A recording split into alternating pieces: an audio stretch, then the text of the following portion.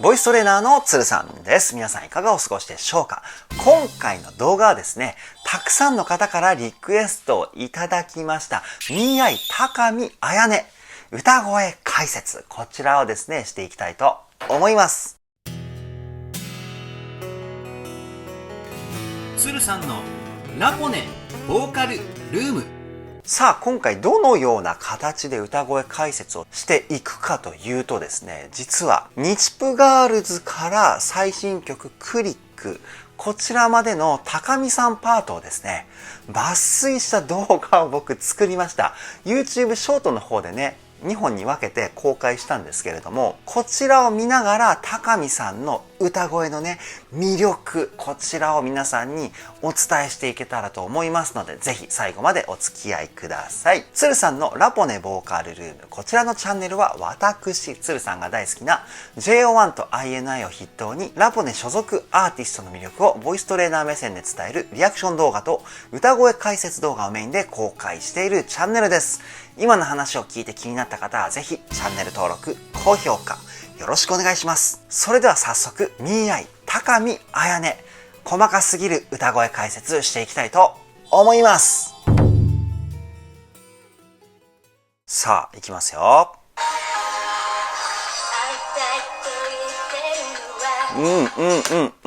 まずね、また細かくいきますよ。非常にね、可愛い声ですね。で、どんな声の出し方をしているかというと、三大共鳴ポイント、胸腔、口腔、鼻腔、3つあるんですけど、この中の鼻腔のですね、声の響きが非常に強いですね。で、鼻腔、要は鼻の中の声の響き、ここを中心とした声を出すとですね、可愛らしい声だったり、歌声にですね、個性というものがですね、ものすごく乗って聞こえるという特徴があります。簡単に言うと、少しだけ鼻声のニュアンスが歌声に足されているということですね。確認してみましょう。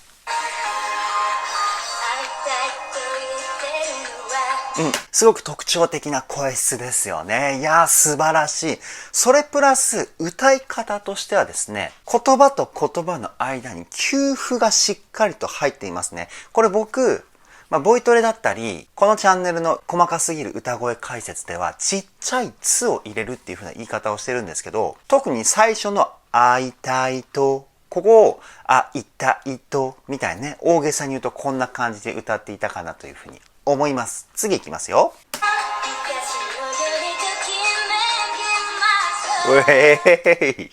今のね、次ね、何の曲が出るのかっていうのこう出ちゃいましたけど、ときめきましょう。ここがね、R&B テイストの歌い方がすごくかっこいいポイントでしたよね。で、先ほども言ったように全体的にちっちゃいつ、音楽用語ではね、休符、これを入れることによってものすごいノリが出てるんですよね。で、ノリが出た歌声っていうのはどういう風に聞こえるかというと、楽しそうだったり、かっこいいとか、そういう風なね、プラスな雰囲気が歌声に乗ってきます。確認してみましょう。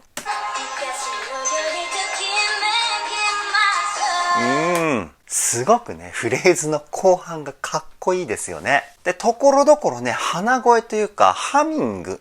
口を閉じた状態で、っていうね、この言葉をボイトレ用語ではハミングって言うんですけど、ハミングのニュアンスが入っているかなというふうに思います。言葉の発音の仕出しの部分、日本語合ってますか？微濁音みたいなね、そんなニュアンス、みたいな。と、きめんき、大げさにやるとね、こんなニュアンスが入ってたかなというふうに思います。いや、高見さん18歳ですよね。間違ってたらすいません。この年代でこの歌い方ができるっていうのはもう神ですね。じゃあ次、もう出てますけど、宇多田ヒカルさんのファーストラブ、こちらの高見さんの歌声ね、抜粋した動画作りましたね。これ見ながら解説していきたいと思います。いきますよ。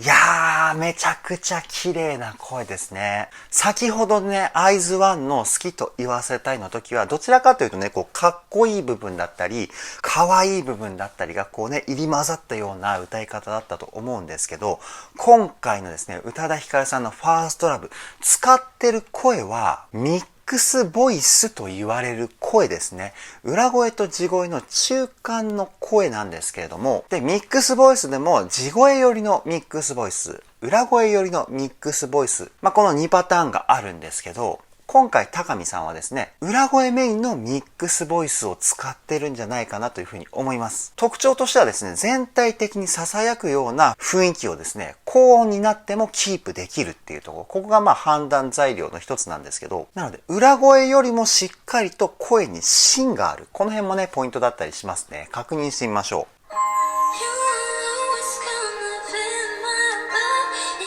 う。いやー、いい声だ。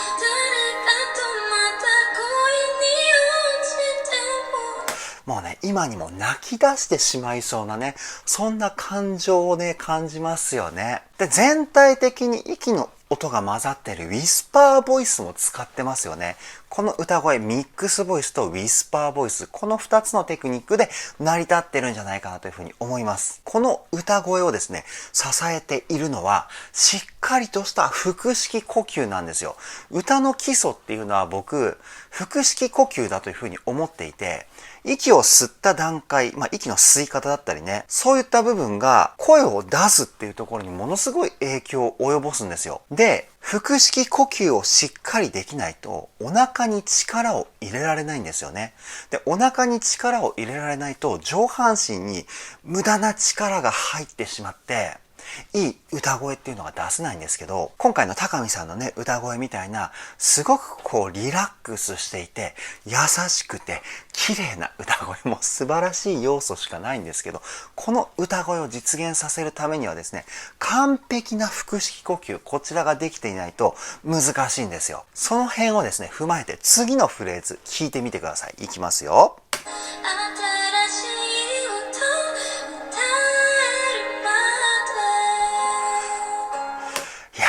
素晴らしいですね。で、ウィスパーボイスを使ってるっていうことは、喉をリラックスさせるだけじゃなくて、喉をですね、若干広げたような体の使い方、あくびの時のね、喉に近いような喉の空間の使い方をしてるんじゃないかなというふうに思って、で、そこで声の響きを作って、全部鼻の中に入れて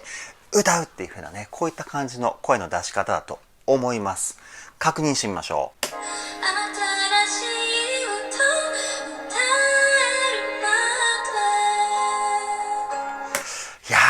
いいですね。この声の出し方、日本人で、有名なのは、僕がね、今ね、ピンと思いつくのは、ウルさんとかね。体の使い方的には、ウルさん的な使い方なのかなっていうふうに思うんですけど、最後の出口だけが違うっていう感じですかね。ウルさんは、口をメインで声を出しているような声質作り。で、今回の高見さんはですね、鼻をメインで出している声質作り。この辺がね、違って、ウルさんと高見さん、声質が違うっていう感じになってると思うんですけど、体の使い方はですね、ほぼ一緒なんじゃないかなというふうに僕はね、思います。次いきますよ。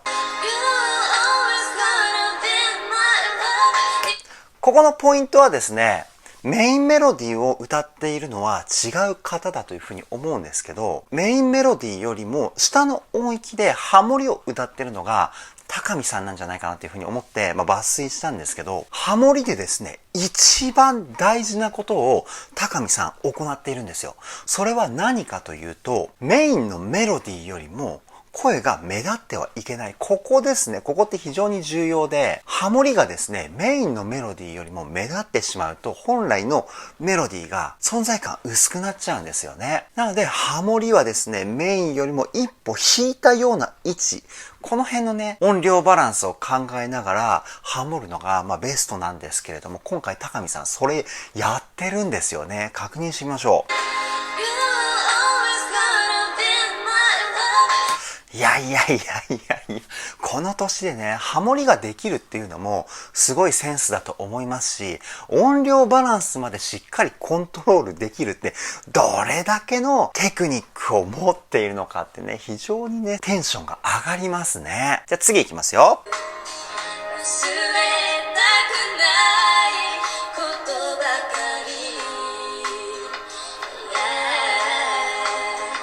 さっきの下ハモリに対して今回は上ハモリでしたね。この部分はメインのメロディーよりもですね、音域がね、高い分ちょっと目立っちゃってるんですけど、最近の音楽業界の流れとしてはですね、メインメロディーよりも上でハモリがあるタイプのフレーズっていうのは、あえて上ハモリがですね、目立つような作り方をしている場合が多いんですよね。そうすることによって、すごく綺麗なハーモニーを表現できるっていう、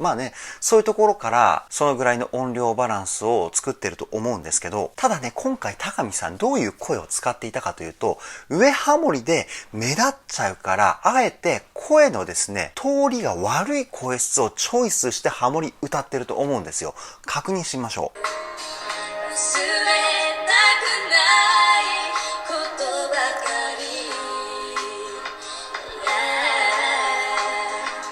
皆さんこれ分かりましたかね？メインメロディーが音域が低いんでね、どうしてもやっぱり埋もれがちになっちゃうようなフレーズだと思うんですけど、高見さんの声がメインメロディーがいて、上ハモリなんだけど、2歩ぐらい後ろにいるぐらいの距離感ができてるんですよ、ここのフレーズ。この距離感を作ってるのはさっき言った、あえて通りが悪い声質を作ってハモっているっていうところなんですよね。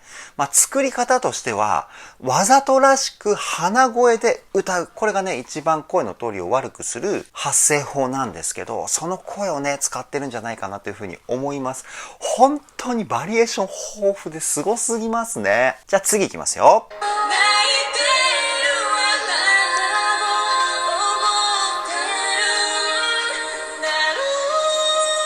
いや、音感が素晴らしいのかな。うーとか、これもね、シンプルな音階なので、音階っていうかもうロングトーンですよね。一つの音を長く伸ばすタイプのコーラスなんですけど、この音をですね、実はキープするっていうのも非常に難しくて、ここで必要になってくるのが、相対音感と言われる、一つの音を基準にして自分が出す音を把握して、歌だったら声を出す。こういう風な音感なんですけど、これを相当鍛えないと、ここまでのハモリって難しいんじゃないかな。もう一回ちょっと聞いていいですか？すごすぎるな。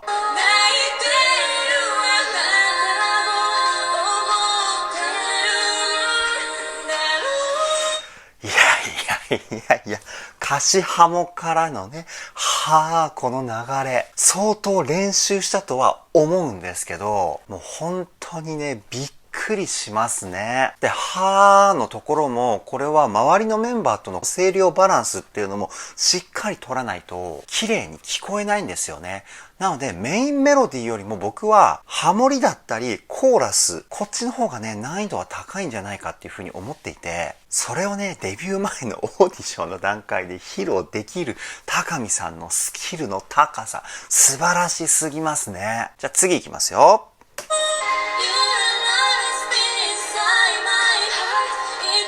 ここはね、先ほどと一緒でメインのメロディーよりも下の音域で目立たないような感じでハモリを歌っているっていうポイントでしたね。で、ハモリもですね、しっかりとリズムも合わせなきゃいけないし、プロクオリティになると言葉のね、発音だったり、アクセント、そしてビブラートをかけているところはビブラートの揺れも同じタイミングで揺らしてあげるっていうところまで揃えたりするんですけど、今聞いた感じだとね、高見さんは言葉の発音とアクセントまでしっかりと合わせにいってますよね。確認してみましょう。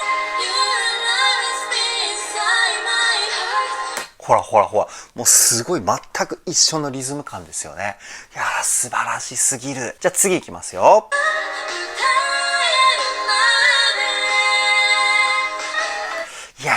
いや、めっちゃ綺麗だね。ハーモニーですよね。おそらくね、ここの部分だけでも相当練習したと思うんですよ。ここの部分ってね、今のワンフレーズ。しっかりとメインとハモリのリズムだったり、息が合っていないとね、ここまで綺麗に聞こえませんので、見てる方としてはね、簡単にやってるとか、やっぱり才能ある人はすごいなっていう風に見ちゃうと思うんですけど、実際これはものすごく練習したと思います。確認してみましょう。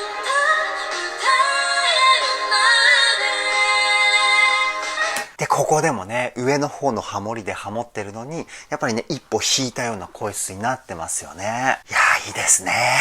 次行きますよ。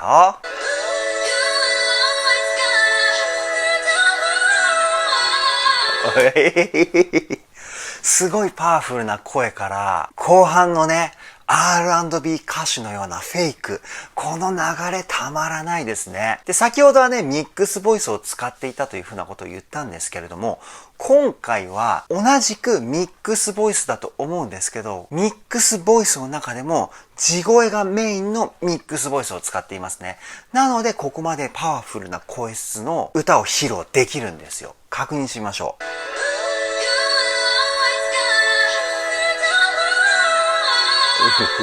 うわ、すごいね、この流れね。この歌唱力はもうほんと半端ないですね。次いきますよ。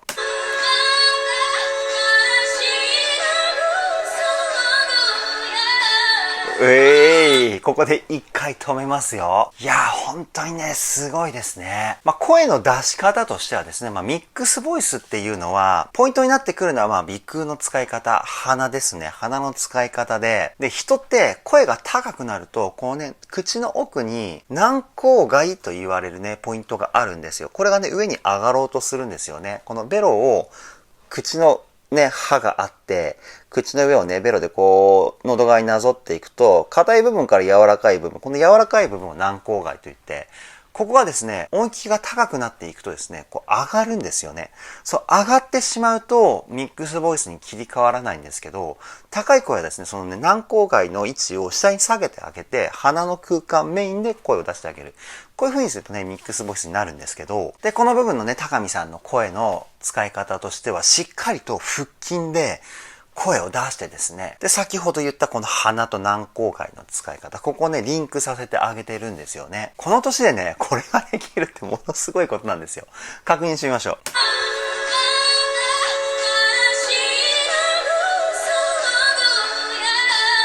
そうそうそう。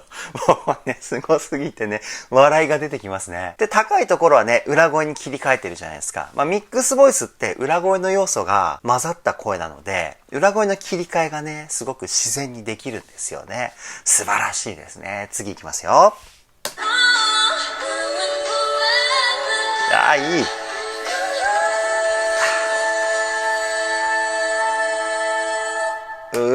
ナイスロングトーンですね。で、ミックスボイスの利点としてはですね、地声ほど息の量を使わないので、長いフレーズを楽に歌えるっていう利点もありますね。で、途中のね、こう鼻にかかった声質がね、めちゃくちゃ可愛くて素晴らしいですよね。確認してみましょう。ここ。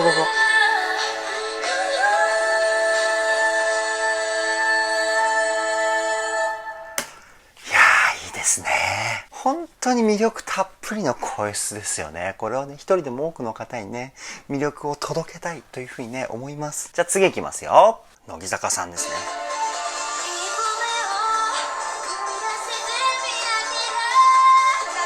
いや。このね、言葉の発音も高見さんの魅力ですかね。いい意味で、舌足らずというかね、その雰囲気がめちゃくちゃ可愛いですよね。で、可愛い雰囲気だけじゃなくて、しっかりアップテンポのリズムにですね、言葉のアクセントを乗せることで、かっこいいんだけど可愛いみたいなね、ニュアンスが出てますよね。確認しましょう。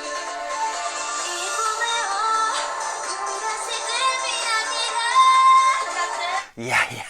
めちゃくちゃ可愛い。こちらのフレーズもね、ところどころにちっちゃいつが入ることによって、音の強い部分、弱い部分、アクセントとね、強い部分がアクセントって言って、弱い部分が弱拍、弱い拍とか言ったりするんですけど、そういう強弱があることによって、フレーズ自体のバウンド感みたいなのが生まれてね、めちゃくちゃ素晴らしいですよね。次いきますよ。いやー、ものすごい引き込まれますね、この声質。素晴らしすぎる。可愛い声質なのに、パワーがあるからね、やっぱりね、迫力もありますよね、歌声に。歌の基礎のね、腹式呼吸と腹筋の使い方がしっかりしている証拠だと思います。確認してみましょう。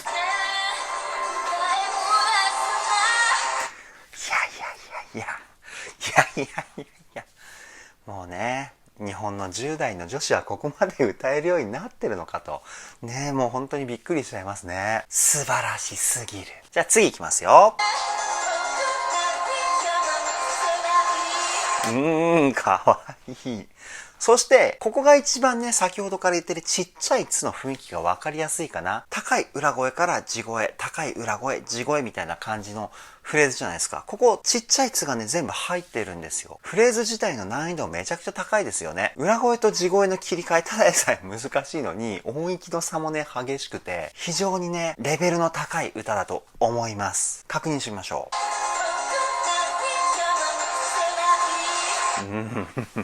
なんかね、個人的な感想ですけど、本当にね、もう歌がね、別格っていうね、そういった感じがしますね。次いきますよ。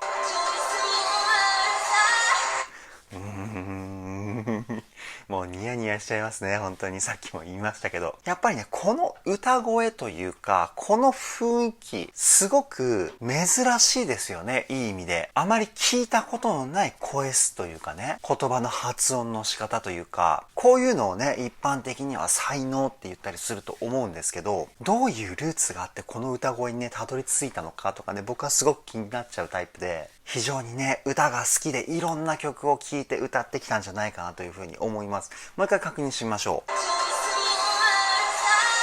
う。もうね、歌のリズム感がもうね、外国人なんですよ。日本人の歌い方のアクセントだったりリズム感じゃないんですよね。声も素晴らしいんですけど、それと同じぐらいね、リズム感がめちゃくちゃ日本人離れしてるんじゃないかなというふうに思います。次いきますよ。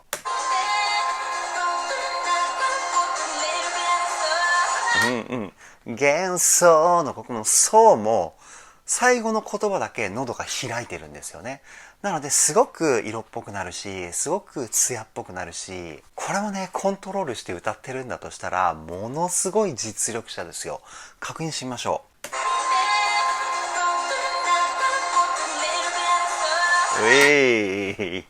幻想、この、難しいね。難しい。で、このポイントもね、前半は先ほど言ったちっちゃい「つ」がしっかりと入ってるから、ものすごくバウンド感もね、出ててかっこいいし、歌を聴いていてね、ドラムのリズムとかがね、もう本当にスッと入ってくるような、もう多分ね、バックのリズムがなくても、歌だけ聴いてね、曲のリズムが分かっちゃうぐらい、完璧なリズム感なんですよね。素晴らしすぎますね。次いきますよ。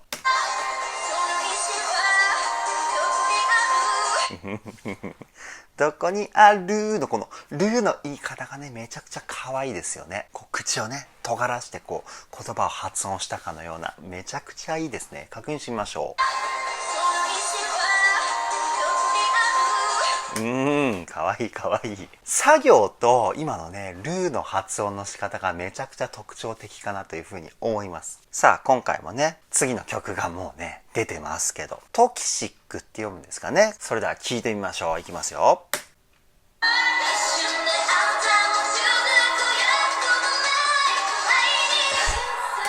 いや、これはすごいよ。これはすごいね。完璧地声っていう感じに聞こえるんですけど、実はこれね、ミックスボイスなんですね。で、かなりね、腹筋に力を入れて、声を出してんじゃないのかなというふうに思いますね。で、腹筋に力を入れるためには、先ほどから言っている腹式呼吸で息を吸うっていうのが大事なんですけど、腹式呼吸で普段歌ってる時よりも多めに息を吸うことによって腹筋に入る力の量っていうのを増やすことができるんですよね。だから息の量と腹筋に入る力の量っていうのはこれね、ある程度比例するんですけど、なので強い声を出したかったらいっぱい息を吸ってみたいなね、弱い声を使いたかったらそこまで多く息を吸わない、こういったね歌い方とかもあったりするんですけど、今回の高見さんのねここのポイントはかなり多く息を吸って歌ってんじゃないかなというふうに思います。確認しましょ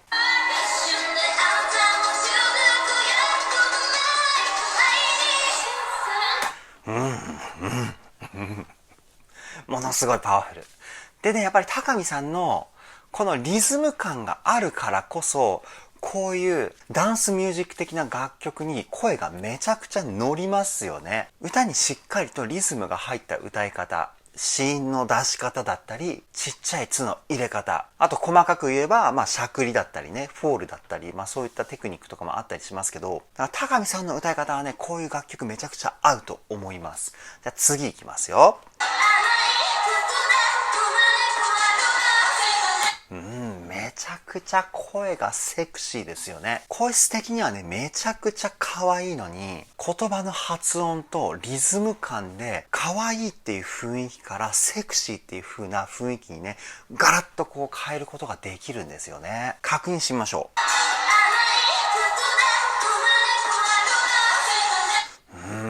いいね。もう自分のオリジナリティがね、ものすごいですよね。もう唯一無二の歌声なんじゃないかなというふうにね、僕は思います。次いきますよ。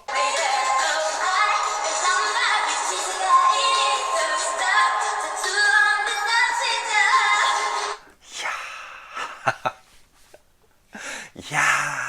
すごいね。すごいね。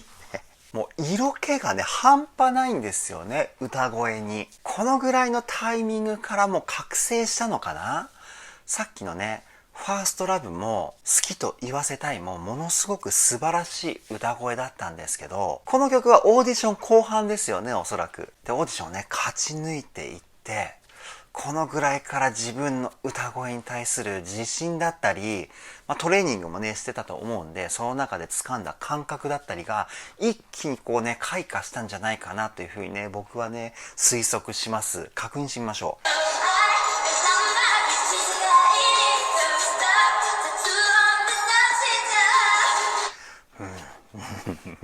う。もうね、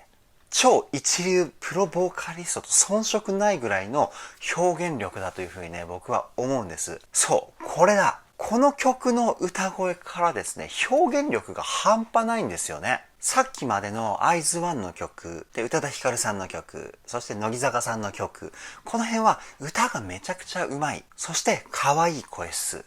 そんな感じのね、雰囲気だったんですけど、ここでね、一気に凄まじい表現力がプラスされてるんですよ。ちょっと熱く語ってますけど、もう本当にね、超一流ボーカリストと遜色ないぐらいの歌声なんじゃないかなというふうに僕はね、思います。次いきますよ。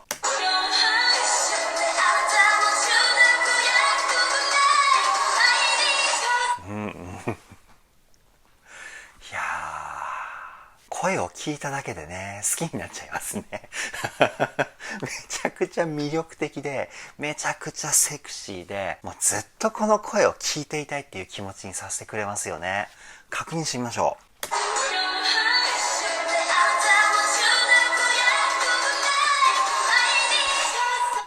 いやもう本当にね、中毒ですね。この歌声はね。いやー、素晴らしいです。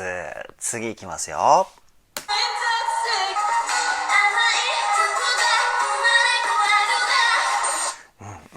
甘い。このね、みたいな僕がやるとちょっと気持ち悪いですけど、この地声から裏声にこうね、ひっくり返すような雰囲気、多分ね、ここが、セクシーさを表現している最大のね、ポイントだと思うんです。今ね、ここで使っているテクニックの紹介しましたけど、全体的にこういった声の使い方がですね、入ってるんですよ。それが、セクシーさを表現してるんじゃないかなというふうにね、僕は思います。確認しましょう。言われてから聞いてみると、その裏声にひっくり返しているポイントとかもね、わかりやすいですよね。もし今ね、ちょっとわからなかった方はですね、この部分もう一回戻して聞いてみてください。甘い、このみたいな、こういう感じの歌い方してると思うんで、ぜひね、高見さんのこのね、艶っぽい感じの、色っぽい感じの歌い方のポイントだと思うので、ぜひチェックしてください。次いきますよ。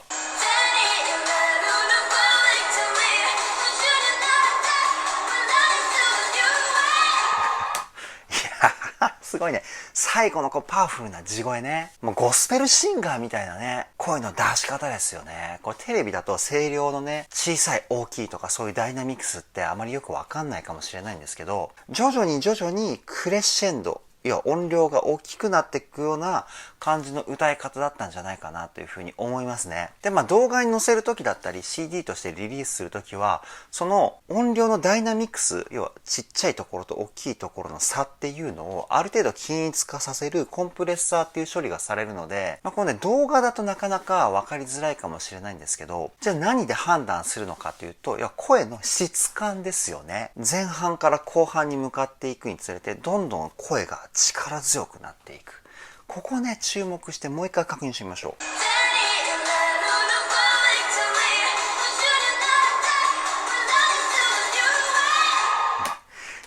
ほんとすごいね。本当にね、もう海外のゴスペルシンガーのような声の出し方。腹の底からしっかりと声を出して、体全体を響かせて歌を歌っているみたいね。ほんと感動します、この声は。じゃあ次行きますよ。うんうん。今のところもね、さっき言った腹の底から出しているような声ですよね。もうここまでね、しっかりとした声を出しているっていうことは、声のね、ザラザラ感とかはないですけども、シャウトって言ってもいいぐらいの、ほんと自分の感情を 100% 声に乗せて、聞いてくださいみたいなね。そんな感じの雰囲気がですね、今ね、感じ取れちゃいましたね。感じ取れたっていうかね、これが正解かどうかはわからなくて僕の中はね、推測なんですけれども、もう一回聞いてみましょう。いい声ですね。で、すごくパワフルに聞こえるんですけど、これ実はね、腹筋と背筋以外は、ほとんど力が入っていないと思います。他のところに力が入ってしまうと、すごく辛そうな声質になってしまうんですよ。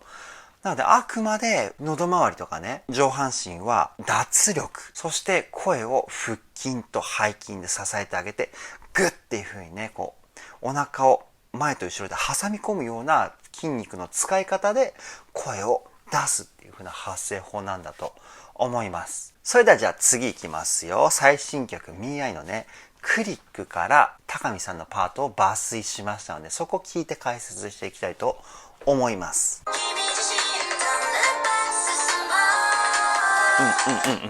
ここのポイントね、可愛いポイントですよね。タンタンタンタタタってちょっとリズム的にも難しいんですけど、ここがね、ふわっと聞こえるのは高見さんのもう抜群なリズム感があってこそだと思います。すごくリズム難しいんですよね。ここで軽い雰囲気でしっかりと弾んだ感情を表現するってめちゃくちゃ難しいんです。で、声もね、しっかり鼻に入っていて可愛らしい雰囲気も出せているし、素晴らしいポイントだと思います。もう一回聞いてみましょう。で、進もう。ここね、しゃくりもね、またね、可愛いですよね。先ほどのね、パワフルな歌声からね、ギャップがものすごいですけれども、本当にいろんな表現方法があって素晴らしいですよね。次いきますよ。このね、追っかけの部分が高見さんの歌声ですよね。先ほど聞いた歌声と比べると地声感が強くなったかなというふうに思います。ニュアンス的にはメロラップみたいなニュアンスで歌ってんじゃないかなというふうに思います。確認しましょう。で、前半は若干ね、ウィスパーボイスが入っていたかな。前半は囁くように聞かせて、後半はリズムをしっかりと出して歌うっていう、そんな感じのフレーズだったと思います。じゃあ次いきますよ。で、今のポイントはですね、しっかりと地声を使って鼻に入れた高見さんのね、魅力がしっかりと含まれていた可愛らしい歌声だったかなというふうに思います。確認しましょう。ないねーのここのね、しゃくりもね、めちゃくちゃ可愛いですよね。これで僕が抜粋した高見さんの歌声集のですね、歌声解説は終了となります。さあ、高見彩音さんのですね、歌声解説していったわけですけれども、いや、めちゃくちゃ素晴らしい歌声ですね。可愛い部分あり、セクシーな部分あり、パワフルな部分もあり、音域も低いところから高いところまで幅広く出せるし、もうオールラウンドなボーカリストなんじゃないかなというふうに僕はね、思います。細かく探れば探るほどね、高見さんの歌声の魅力にね、皆さん本当にハマっていくと思いますので、ぜひね、これからMIAIを一緒に応援していきましょう。それでは今回の動画この辺で終わりにしたいと思います。動画の内容気に入ってくださった方はチャンネル登録、高評価よろしくお願いします。では、ボイストレーナーのつるさんでした。